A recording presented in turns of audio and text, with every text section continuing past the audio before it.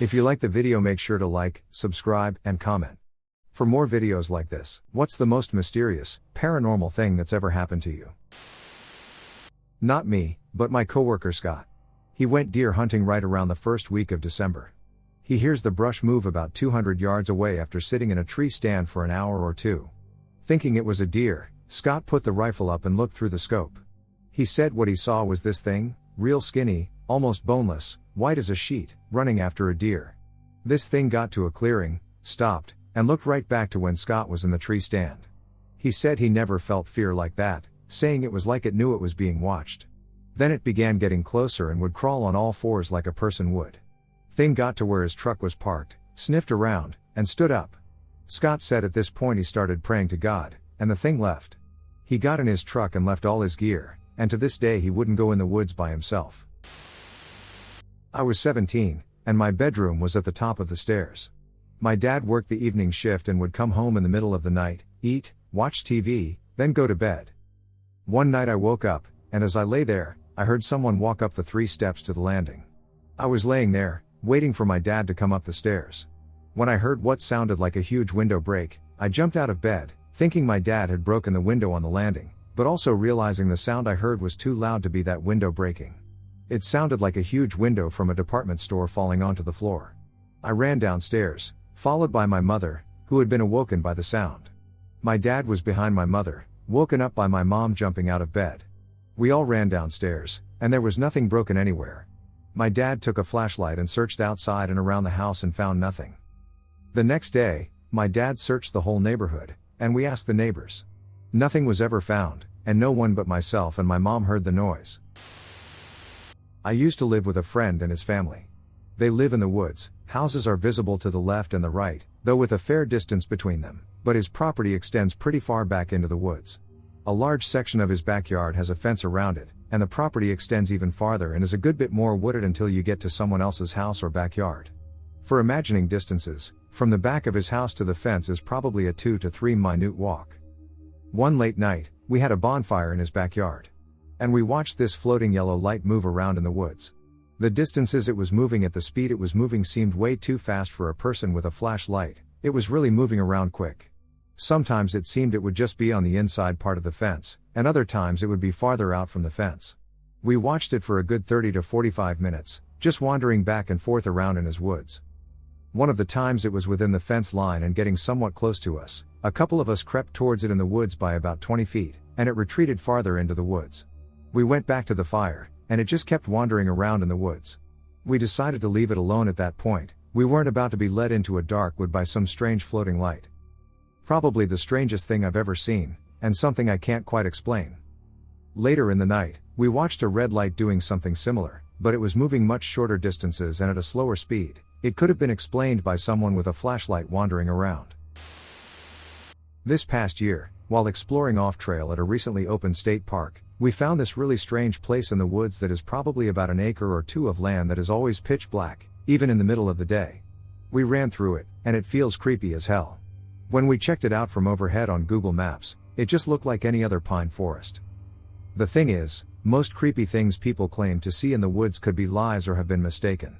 This creepy, light-absorbing patch of woods has been revisited many times now. I could take any one of you there and show it to you.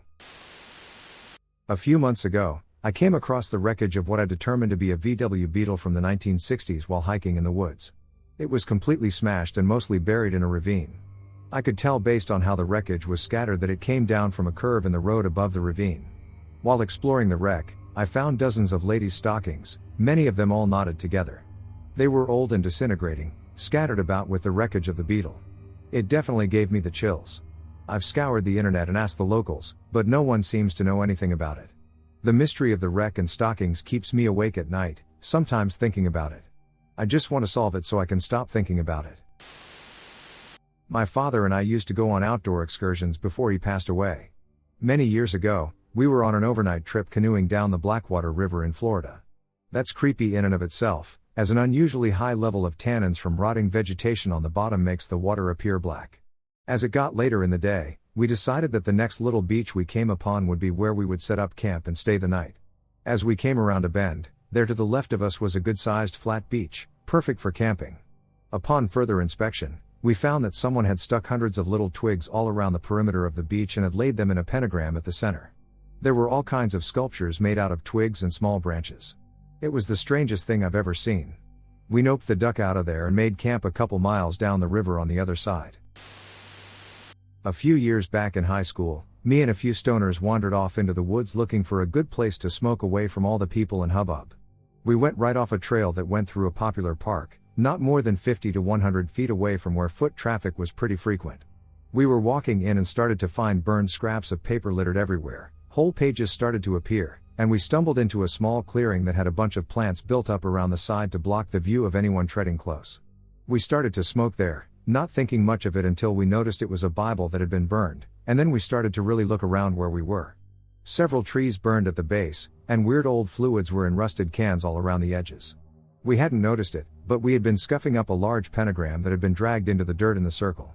Suffice to say we found some scraps of fur and what our stone minds assumed was blood, went back a week or two later and everything was gone or had aged to the point that it wasn't creepy, and made a pretty unanimous agreement to hightail it out of there. I've had a few creepy things happen to me, but here is one I will always remember. I grew up in a split-level house with my parents and my brother. All of the bedrooms were on the top level, and my father had built a huge deck around the back and sides of the house. My room had a solid door leading to the deck, and my parents' room, which is down the hall, had a sliding glass door leading to their side of the deck.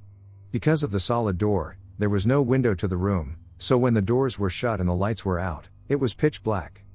Well, one night I was sleeping, and around 2 or 3 a.m. I woke up because I heard a woman crying outside my door and saying please help me between sobs. At first, I thought maybe I was having a bad dream, but the crying and pleading continued. At this point, I am no longer asleep, I am terrified. My senses were on high alert, and I was just hoping it would stop and that maybe it really was just my imagination. However, the crying and pleading continued on, with the woman saying over and over please help me, please. I ran as fast and quietly as I could to my parents' room, way too afraid to open the door alone. My dad grabbed a bat and walked the short distance from their side of the deck to mine, and he found nothing. Not a trace of anything or anyone. My parents know me well enough to know I wouldn't make it up or freak out unless I was 100% sure something was out there. We never found anything, and I never heard it again, but to this day, I can't sleep in there without thinking about that night. My dad would go through phases of being obsessed with various things and going overboard with them. So much money is spent on so many unconnected hobbies. One of these phases involved buying overly pretentious and useless Victorian-style antique furniture that we weren't allowed to sit on. Many weekends of my childhood were spent wandering musty stores and being stuck in the car for hours to drive to auction houses. Super exciting. Except not. This obsession redecorated our entire upstairs, which then became unlivable because we couldn't use the furniture, and my mother finally put a stop to it when it began to seep into the downstairs half of the house. The last bit of antique furniture he bought was a huge gold-framed mirror of some unknown age. This was hung up for a while, but it kept falling off the wall. Never broke or cracked. Would just fall with a loud bang, usually around 2 or 3 in the morning. So instead, it got leaned up against the wall at the end of the downstairs hallway, right in front of my bedroom door. For the most part, I ignored it, except sometimes late at night I'd hear odd sounds coming from the hall. We had an older house, and my dad would sometimes pace late at night, so it didn't bother me too much. But then the tapping started. I tried to ignore it as best I could. Houses make noises, you know? But it was a very deliberate tapping. Like something you'd do to get someone's attention through the window. I was sitting next to the mirror, throwing a ball down the hallway for our new puppy one night, when the tapping started again. I looked over, and the mirror was rattling with every single tap. My dog, dumb as she was and still is, had the good sense to bark at it, which summoned my dad. I just looked at him, and neither of us said anything. He just got a trash bag and put it over the mirror. The tapping would still happen on occasion and more rapidly, but it wasn't nearly as often. They moved a few months ago. That mirror got left behind for the new owners to deal with. I was trekking in upstate New York, only about 25 miles from the nearest road. We took a side trail for fun and came across a random clearing about 2 miles off the beaten path. Most of the area was pretty swamped, even sections of the main trail were flooded, and the whole landscape was generally overgrown. This one clearing was an empty patch of knee-high grass, and the center had a staircase.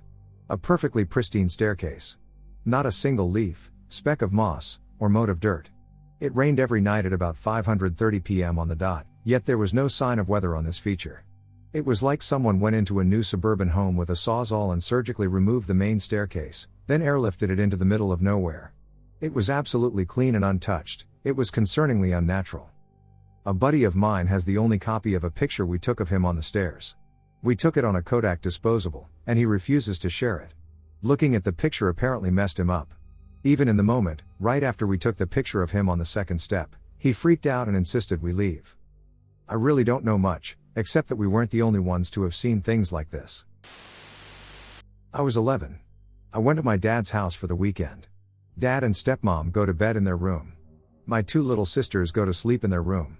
It's around 1:30 in the morning, give or take. I'm alone in the living room with SpongeBob playing on the TV, but the TV is muted. I'm playing Minecraft on my tablet, and my tablet is also muted. I hear singing.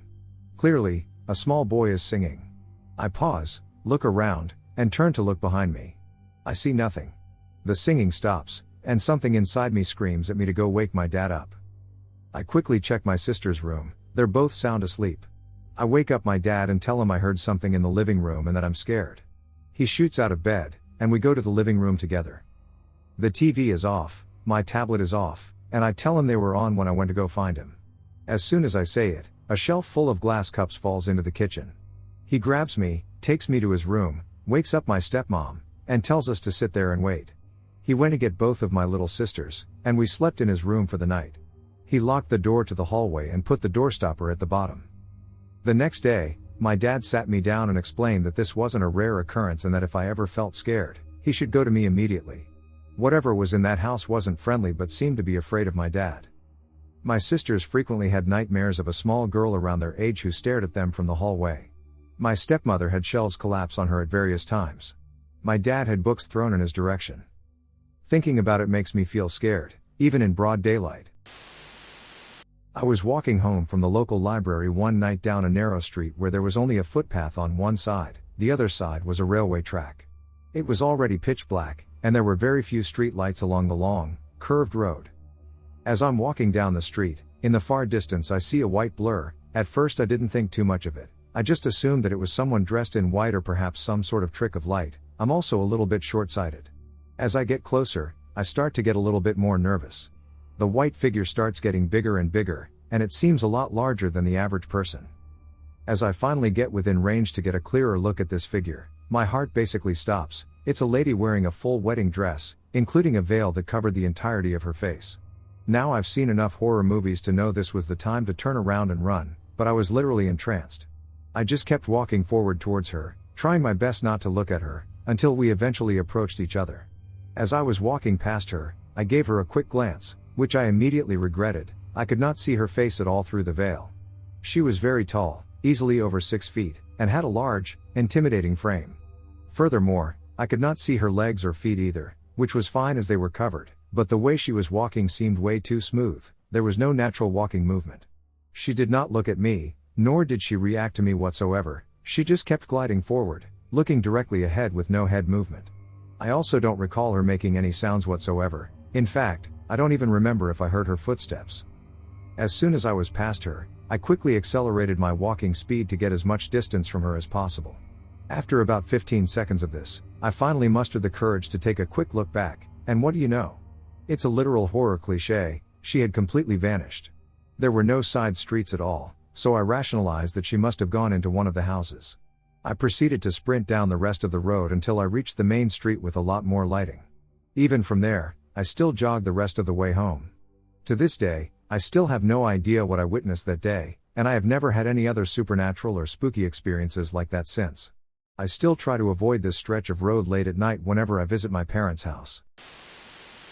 I was camping with my Boy Scout troop in Alpine, New Jersey when I was in the early 8th grade, November of 2010, Irk. I stepped out of the cabin in the middle of the night to take a piss, went out, and did my business. I stood outside for a second, taking in the campsite. I was standing by a picnic table and glanced around. The moon was so bright that it made the sky look dark blue rather than black, and there was a light fog ominously cascading along the campsite. I heard a rustling in some bushes and didn't think much of it at first. But it continued and got louder. Slowly, I moved my flashlight along until I got to the source of the noise, which got louder and louder. I looked over and saw something that I still don't quite understand, to be honest. This thing was gigantic. Standing on hind legs, he was tall and had a muscular body with fur that looked to be black or dark gray. He had the head of a dog or wolf, only thicker. And the weirdest part? Yellow eyes. I stared at him, and he stared at me, and then he just vanished. Ran away faster than I could even blink. I was so bewildered that I blacked out for a minute and had to sit down, but I went back to the cabin and tried to go back to sleep. I managed to block it out of my mind for a while. Repressed memories is the term, I believe, but it eventually resurfaced when I watched an episode of Monster Quest about werewolves. This doesn't really bother me anymore, truthfully. I actually think it was pretty damn cool, almost like the setting for a perfect horror movie, lol.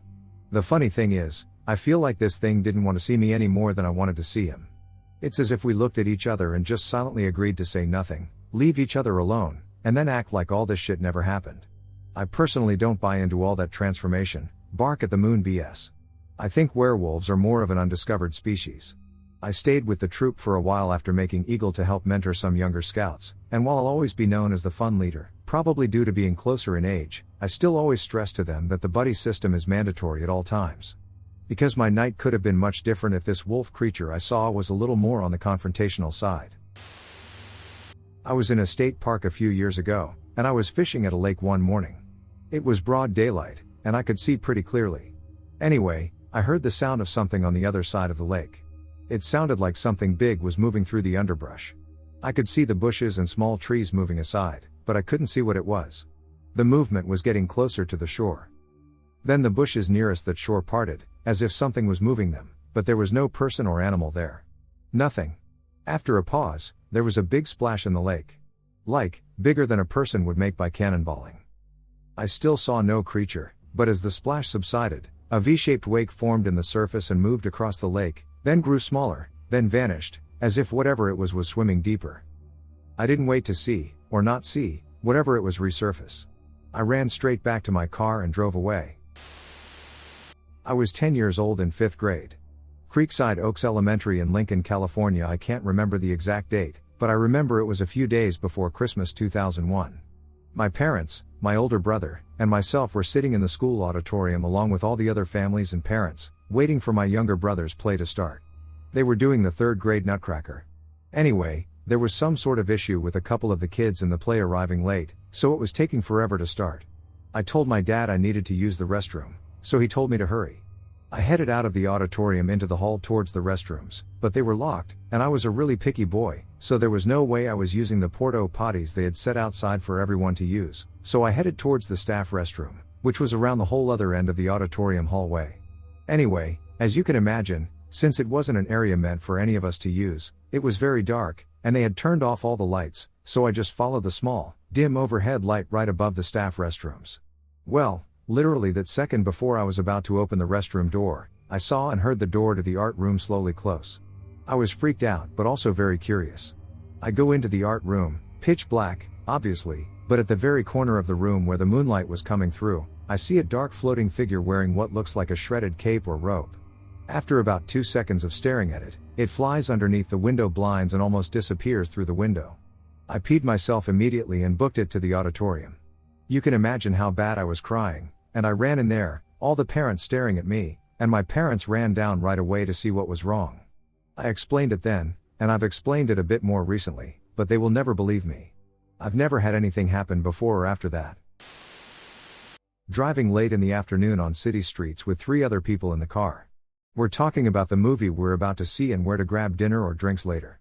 I pull up behind a sedan at a stoplight, and there are no other cars in sight. I'm driving a manual, so I put it in neutral, and the weirdest thing happens. The light turns green, and before I can even put the car in gear, the driver of the car in front of us opens her door, leans out, turns her body around to face us, throws up 2 middle fingers, and yells at the top of her lungs, "Duck you." Then she drives off. Everyone in the car saw and heard the unidentified flip off. It's a mystery I will never be able to explain. Why was she so pissed? Long ago, I was riding around at night with a couple friends on the outskirts of Dayton, Ohio. I spotted a tall, thin man wearing what looked like a silver hat walking alongside the road. I said something like, "Holy shit, did you guys see that? What was he wearing?" Like some ancient Egyptian get-up. My friends hadn't seen the man but were convinced enough by my reaction to turn the car around and go looking for him. He was no longer walking alongside the road, so we turned into a trailer park that was right by there and drove slowly through, looking to see if we could spot him. We came up empty, had stopped the car, and were getting ready to look for the exit when our attention was caught by a man standing in the doorway to one of the trailers. It was him, what we subsequently called the man in the silver hat. In my memory, he was wearing a pointed silver hat, no shirt, and shorts. And he was grinning at us. He brought his hands together in front of his chest and bowed to us, at which point the driver stepped on the gas and we fled, the mystery of this man and his clothing choices remaining unsolved to this very day, even if the details of the story have grown fuzzier for me. It was like 2 a.m., and I was riding my motorcycle home from a field party. This was in the backwoods of Kentucky, so there were no street lights or other traffic. I was watching the sides of the road for deer to pop out when I saw something running along the road.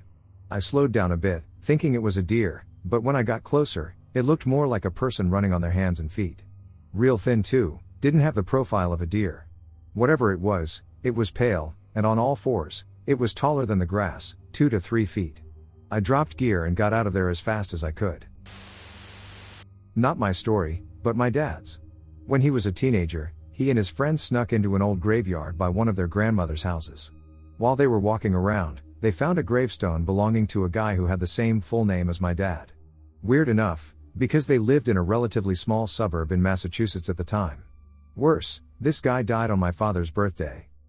So, of course, my dad's friends started hyping it up, saying the ghost of this old guy was inhabiting my dad's body, yada yada. So, still joking around, they decided to have a seance.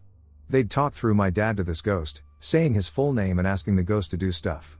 Charles Lawrence Murphy, make the next car that drives by a blue car.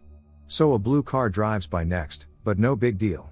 Charles Lawrence Murphy, if you can hear us, please make 3 birds fly overhead. 3 birds, as soon as his friend finished. Weird, to be sure. This went on for a little longer, and everything they asked for kept happening. Creeping out and honestly fed up by the whole thing, my dad finally talked to his ghost. He walked over to another grave and picked up a flower pot. He placed it on top of the headstone and said, "Charles Lawrence Murphy, knock over this flower pot." My dad then turned his back to the tombstone to make sure none of his friends would knock it over to mess with him. They waited a while, and, of course, nothing happened. They eventually gave up, and my dad sat down in front of the tombstone, just to make sure his buddies wouldn't mess with him before they left or something. So, they all just started shooting the shit for a while and eventually forgot all about that flower pot. Until 30 minutes later, when my dad heard a loud crash right behind him, my dad looked at his friends, and none of them had to look to know what it was. They all booked it out of that cemetery and never came back. My dad admits they were all drinking that night, but he doesn't give an inch when people challenge his story. He didn't bump the tombstone, he was watching his friends the whole time, and all the things they asked for did happen. Not a lot of things scare my dad, but I can tell that this really got to him. When I was younger, around 16, me and my friends were once bushwhacking in the woods near our houses. We only had basic supplies, a couple of kings, water, and some food, but we weren't too worried because we knew our way around. We stumbled upon an old shack after walking for a few hours in a new area we hadn't been to much. Although it was run down and hadn't been used in a few years, it seemed to be in good condition, with no structural damage, leaks, etc., which was a little weird when I looked back, but whatever. We decided to go on an adventure and crash the night, then headed home to grab supplies in order to make it back in time. We had to mark our way to make sure we found it again before it got too dark. Spiders and snakes generally duck off at night. We grabbed a couple of sleeping bags and swags and raced back to the shack with more food and a little bud too. On the way back, I personally started feeling a bit skitzed out, and I remember noticing that my friends Harry and Matt were a little on edge. Nothing too weird, though. We got to the hut about an hour after dark with our torches and shit. We settled in and made a fire outside after making a small clearing so we didn't start a bush fire and burn half the country. I distinctly remember feeling on edge more and more throughout the night, only getting worse the more we sat around the fire, shooting the shit. I should mention the hut was surrounded by what I'd consider thick bush and a dirt road leading to nothing. It extended for about 40 meters and then slowly tapered off into nothing. Windows were all intact, and the door was locked when we arrived and had a latch lock too. Anyway, Harry wanted to start smoking, and Matt did too. I wasn't for it because of the concern and general anxiety I was feeling. I figured it'd make it worse. Matt eventually decided not to, for the same reasons I later found out. As Harry smoked up, we cooked some grub up and just kicked the shit for a few hours. I got to about 11, and Harry was cooked as a lamb roast. Me and Matt were having fun, but Matt continued to feel worse. Suddenly Harry started acting really ducking weird, talking about shadows and shit that were out to get us. I just figured he was high as duck and had been feeling the same way as us and had it amplified by the weed. We called it a night, and as we drifted off to sleep, I was scared shitless by a massive knock on the door, just one knock. Harry passed out finally, but Matt heard it too. We freaked out, grabbed our knives, and stayed away from the windows. Harry wouldn't wake up, he just snored away. We didn't turn the torches on for some reason, scared we'd see something. Out of nowhere, there was a massive bang behind us against the wall we were leaning against. We crawled into the middle of the room, and I swear I nearly pissed myself. I heard something on the roof, and so did Matt. It could have been a possum, but it was way too ducking loud, and the passing was wrong. After a while, we said duck this and debated going outside, but duck that. Harry woke up after a while, but for some ducking reason just walked outside to take a piss, oblivious to it all.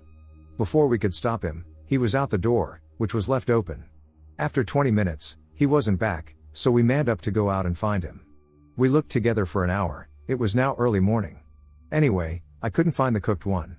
We got too scared and went inside and said we'd find him in the morning. Cue more banging and shit on the hut and some weird growling and screaming in the distance. Could have been a koala, though. After hours of shitting ourselves and being convinced we were going to die, it was near dawn. Suddenly there was screaming and banging at the door, and it was harrying back out of ducking nowhere. We let him in, and he was pale as a ghost. Completely sober and had that 1,000-yard stare shit.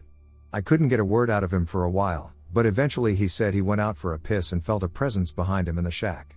He turned around and saw something shadowy and growling on the ground, kind of like a person on all fours.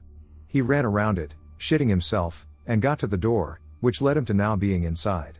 We were like, hell, nah, that doesn't add up. He was gone for years, but he swore by it. He says it just sat there watching him when he was pounding the door down. We decided to bail first, which we did.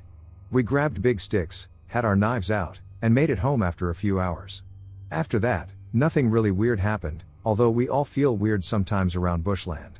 Especially Harry. We went back with some more friends a few months later to show them proof, but we couldn't find the house, despite finding our way back with those markers we left. Weird shit, the entire cleaning was gone, or our markers were moved or taken down at some point, who knows. For about 18 months, my family lived in the sticks of Texas. I was 15 to 16, and my brothers and I were too dumb and naive not to realize we were living on the set for every Southern Gothic slasher film ever. A half-finished house with a secret, heavily fortified bunker behind a bookcase? Check. Security cameras everywhere? Check. Lights flickering for no reason? Check. Mysterious infestation of spiders and wasps we can't stop? Check. The well pump ducts up, and the water runs blood red, from the oxidized iron in the soil? Check. The house overlooked 240 acres of thorny brush. We had an old house, like a small two-room house built in the 1900s, that we used as a shed. It was full of junk belonging to the family who sold us the house. They split after a bad divorce. We never met the wife, but the ex-husband warned us as we were moving in, don't cross the creek at night. We're like, what? He said there were some nasty hogs that lived across the creek, don't cross it, whatever. 6 months after he moved out, we found a man's wedding ring in the gravel of the driveway. We laughed about it, and around the same time, we decided to clean out the shed. It was full, of the wife's belongings. Nice pots and pans, books of poetry, family albums, you name it. We called her family and asked her if she wanted it. No one wanted it. We did find a giant meat freezer that stunk, and, being smart guys, we decided to open it. Inside was a life-sized wooden statue of an African-American woman with her eyes gouged out, her arms sawed off, and rusted barbed wire wrapped around her neck. This isn't the creepy part. The creepy part is that a few months later, my brother and I went exploring in the woods, found the creek, and crossed it. Hanging from a nail on a tree, on the far side of the creek we were never supposed to cross after dark, was a woman's wedding ring. My parents didn't own a house, so growing up, we would move about every 3 or 4 years. Every house has its own story, but I don't want to make this into a book. We rented a house and usually had our cousins over for supper or whatever, sometimes they would spend the night. One of my cousins started saying something about the thing in the living room. I thought it was crap since I woke up every night at the same time to take a leak and I'd never seen a thing. About 3 to 4 months later, after I had completely forgotten about it, I got up and turned the light on in the hallway as usual and noticed something was off. I looked at the living room and saw someone standing there, facing away from me. It was small, maybe about 4'8" or even 5, and it hunched over like a grandma. It was completely still, and it looked like it was wearing some kind of brown cloak. I looked at it for a minute and thought my 13-year-old brain was imagining things and it was simply a towel over a stand-up fan or something, so I started walking towards it. When I got about 5 or 6 feet from it, I realized that it wasn't a fan or anything, it was something standing on the ground between the coffee table and couch. Then I thought about what would happen if that thing turned around. I promptly noped the F out of there and went straight to bed. We lived in that house a couple more years, and I never saw it again. But my cousins wouldn't stay there after that, they said they saw it numerous times. When I was really little, between 2 and 3, judging by what house this took place in, I turned in my bed and saw my father laying in a plank position. He was balanced perfectly on top of the flimsy plastic safety rail. My father is a disabled veteran, and at the time, he could barely walk without a cane. But he was just lying there, perfectly balanced, on an inch-thick plastic rail. His arms were rigid against his side, his eyes were open and staring up, and his mouth was gaping. I got freaked out, so I got out of bed, and his eyes shifted and looked at me while the rest of him was completely still. I ran into my parents' room, where my father was asleep in bed. I'm convinced this was sleep paralysis at a young age. Several other events have happened throughout my life, and I still get hypnagogic auditory hallucinations when falling asleep each night. When I was around 20 years old, I lived with my best friend in an apartment. I had been seeing what looked like a black figure that was either really tall or was clinging against the living room corner and sticking its head straight out at a 90 degrees angle. I never spoke about it, and I know I didn't because I was a big believer that you could speak things into existence. Scared of ghosts? Talk about being scared of ghosts. You'll see a ghost.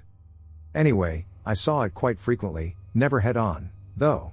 Always at the corner of my eye, but in the exact same place and in the exact same position. There's nothing that could have caused the illusion of there being something there. It was an intersecting wall that ended in the corner of the hallway that only had doors in it, and directly behind where I would see it was the bathroom, but we always keep the bathroom door closed. Nothing but a dark hallway. My friend and I were in the living room just talking, and she looked at me and said, "I have to tell you something. I keep seeing this thing in the hallway." I didn't even let her finish. I started pointing exactly where it was, almost shouting, "Right there." We talk about that every so often, and I haven't seen anything like that since we moved. It was so freaking eerie that we saw the exact same human-shaped black void, in the exact same place, in the exact same way. Never having talked about it before. Living out in the boonies, you get used to the occasional weird shitstorm. People are few and often far between, making it hard to brush off the oddities. Like any good country family, we always had a dog or 3 in our household.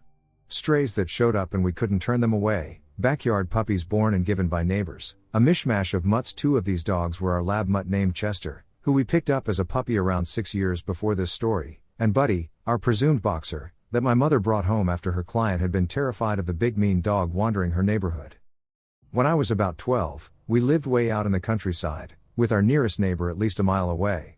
Rickety little trailer home, surrounded by tall, dry grass and mesquite trees. One cool summer night, we're all outside enjoying an impromptu barbecue, the dogs running and playing in the grass.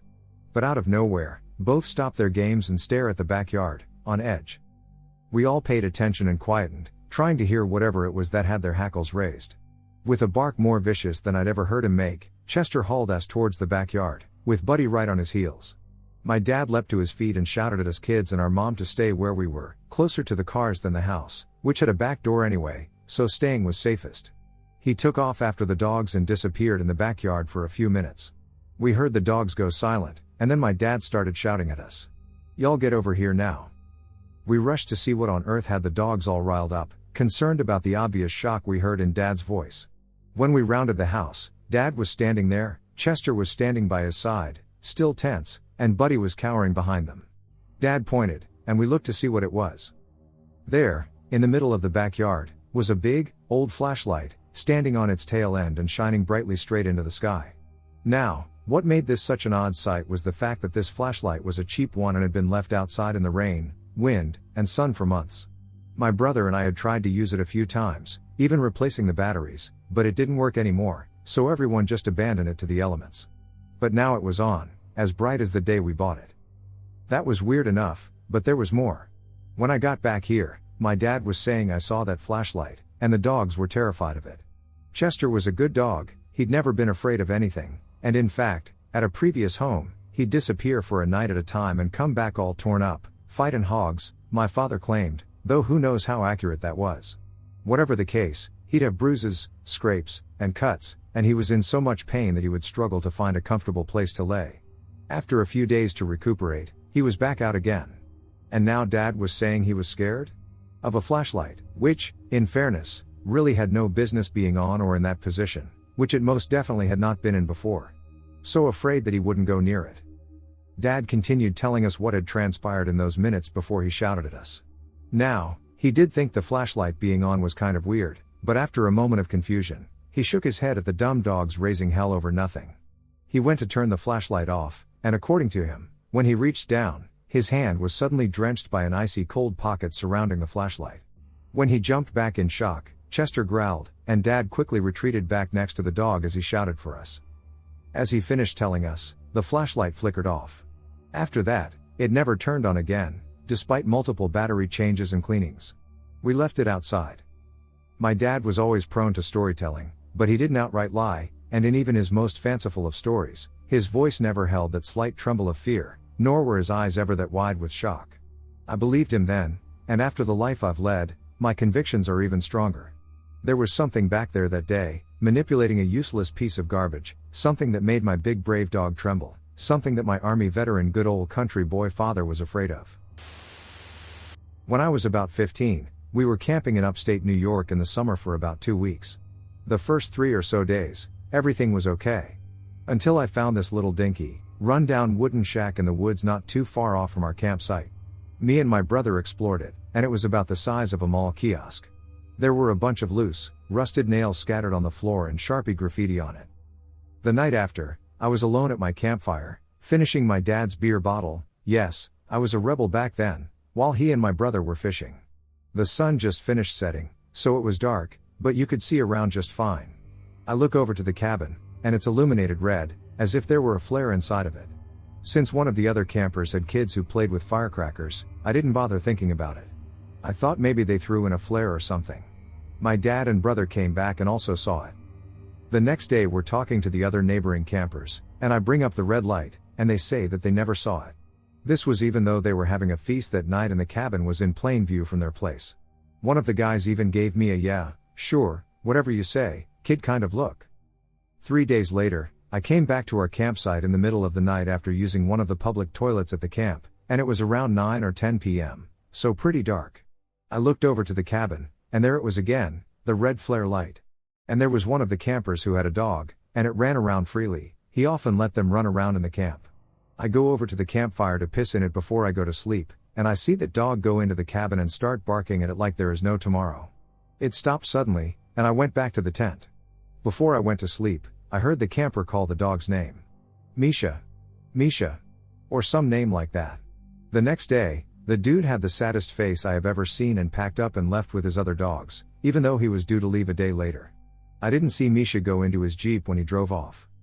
About a week after that, the night before we were due to leave, I was burning dead, rotting fish at sunset, and there was one of the other campers' kids playing around near my spot. They were playing around quite noisily, laughing and such. And then they went into the woods, towards the cabin. And then utter silence. I got chills to the bones. I kept burning the fish until the kid's mother came to me and asked me where they went. I pointed at the cabin. It was glowing red like a flare. All of a sudden, she started sobbing, and her husband came to console her. They looked at the cabin and left for their tent. That camping trip scared the living duck out of me, and I never wanted to go back, but this isn't a horror movie. We came back to the camping place a year later, and the family was there, along with their kids. They came to the place regularly. It turns out everyone in the camp thinks the cabin is demonic or some shit. I don't know what the deal was with the flare light, though. And I don't know why she sobbed when I pointed to that cabin. And I don't know what happened to that dog. I never saw her owner again. I went back to visit the cabin and wrote my name and everything. I didn't see the light again during that visit, though. My husband and I share a bed, obviously, and we have designated sleeping positions. He faces away from me, towards the bathroom door, and I face away from him, towards the window. Essentially, we sleep with our backs to each other. Let me stress that we very rarely change our positions. Anyhow, one night I just couldn't sleep. I've got my back to him, but my neck hurts. I'm not really 100% awake since my eyes are still closed, but my mind is conscious. So I turn over. Even though my eyes are closed, I can see something standing over my husband, who is sleeping in his normal position. The figure is dark and shadowy, which I guess is the best way to describe it.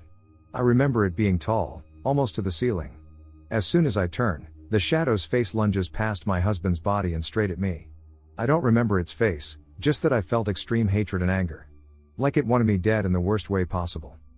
I turned over immediately, I guess from shock, but managed to fall asleep quickly. Honestly, it all happened so quickly that I thought it was a dream when I woke up. That morning, I wanted to tell my husband but decided against it.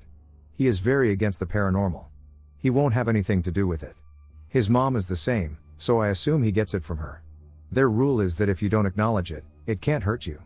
But as I'm making breakfast, I can tell something is wrong. He's obviously troubled, and it's making me uneasy. I pester him about it until he finally relents. He tries to be nonchalant, but I can tell he's visibly upset. He admits that he had a nightmare. He puts on such a tough guy facade, so I know it's hard for him to talk about. Basically, some evil entity was whispering in his ear, telling my husband to turn over and do really bad shit. I prodded him but only discovered it wanted me to suffer. He did not go into specifics, and I really didn't want to know. We've been together for a while, so I wrote it off as couples sharing dreams. I don't even know if that's possible, but it sounds good. I wish I could say that was the end of it, but it's not. These might be unrelated, but I'm starting to get concerned. As mentioned above, I do have some more experiences afterwards. They weren't any better than the original, but since I have not experienced anything new. I have had a lot of weird shit happen since I was a kid, but here's one about something I found. When I was about 8 years old, I was at my sister's softball game with my mom. 2 of the other little sisters and I would always play together, so we took off exploring the park and the surrounding woods. It was an evening game, so my mom just told me to make sure we checked back in when the field lights went on. I was the oldest of the 3, so I was in charge. We went into this massive wooded area beyond left field and played house using sticks and plants to pretend we were cooking dinner. We noticed a lot of bugs were swarming the area, so we walked over to where they were making a lot of noise. There was a huge object halfway underneath a fallen tree. It was all wrapped up in black garbage bags, and I instantly got a sick feeling in my stomach. Instant intuition told me it was a body. I know kids have a vivid imagination and all, but this thing had what looked like a head at the top, a body with arms at the side, and 2 feet at the bottom. It was bound with some duct tape around the neck area and again around where the knees would be. Bugs and maggots were all over it. I don't exactly remember a smell, but that's not to say there wasn't one. We all freaked out and talked about how we had just found a body. We used one of the large sticks and poked at it a few times, which just agitated the creepy crawlies, so we started running back towards the entrance. We were nearly out when a man came walking in and asked what we were doing in there. We told him we were just playing, and he said he didn't think it was safe for us to be back here alone and we should go back with our parents. He wasn't a creep or anything, and I don't think he was involved at all. It may have just been one of the softball dads, but it startled us anyway. We started walking back to the bleachers as the lights were coming on and tried to decide if we should tell anyone about what we saw. We didn't want to get in trouble for being in the woods, but we were shaken and couldn't help but feel that we had just stumbled upon something very serious. When we got to our parents, I tried to tell my mom that we found something really strange that looked like a body. I was nervous, laughing and trying to feel out her reaction. She basically brushed it off but told me she didn't want us in the woods anyway. So we kept quiet about it, but it really haunted me. Later in the week, we were at another game and decided to tell one of the girls' dads about what we saw. He kind of laughed, but then he could see how serious we were, so he said he'd walk over there with us and check it out. My mom agreed to let me go since he was with us, and I think she just thought we were making it up. So we go back in the woods and find the fallen tree, but there's nothing there now. Of course. My heart sank, knowing that nobody would believe us and feeling bad that we hadn't been more adamant earlier in the week. The dad walked over and noticed there were hordes of maggots and other bugs in that spot, and it was clear that something had been lying there because there was a dent in the surface.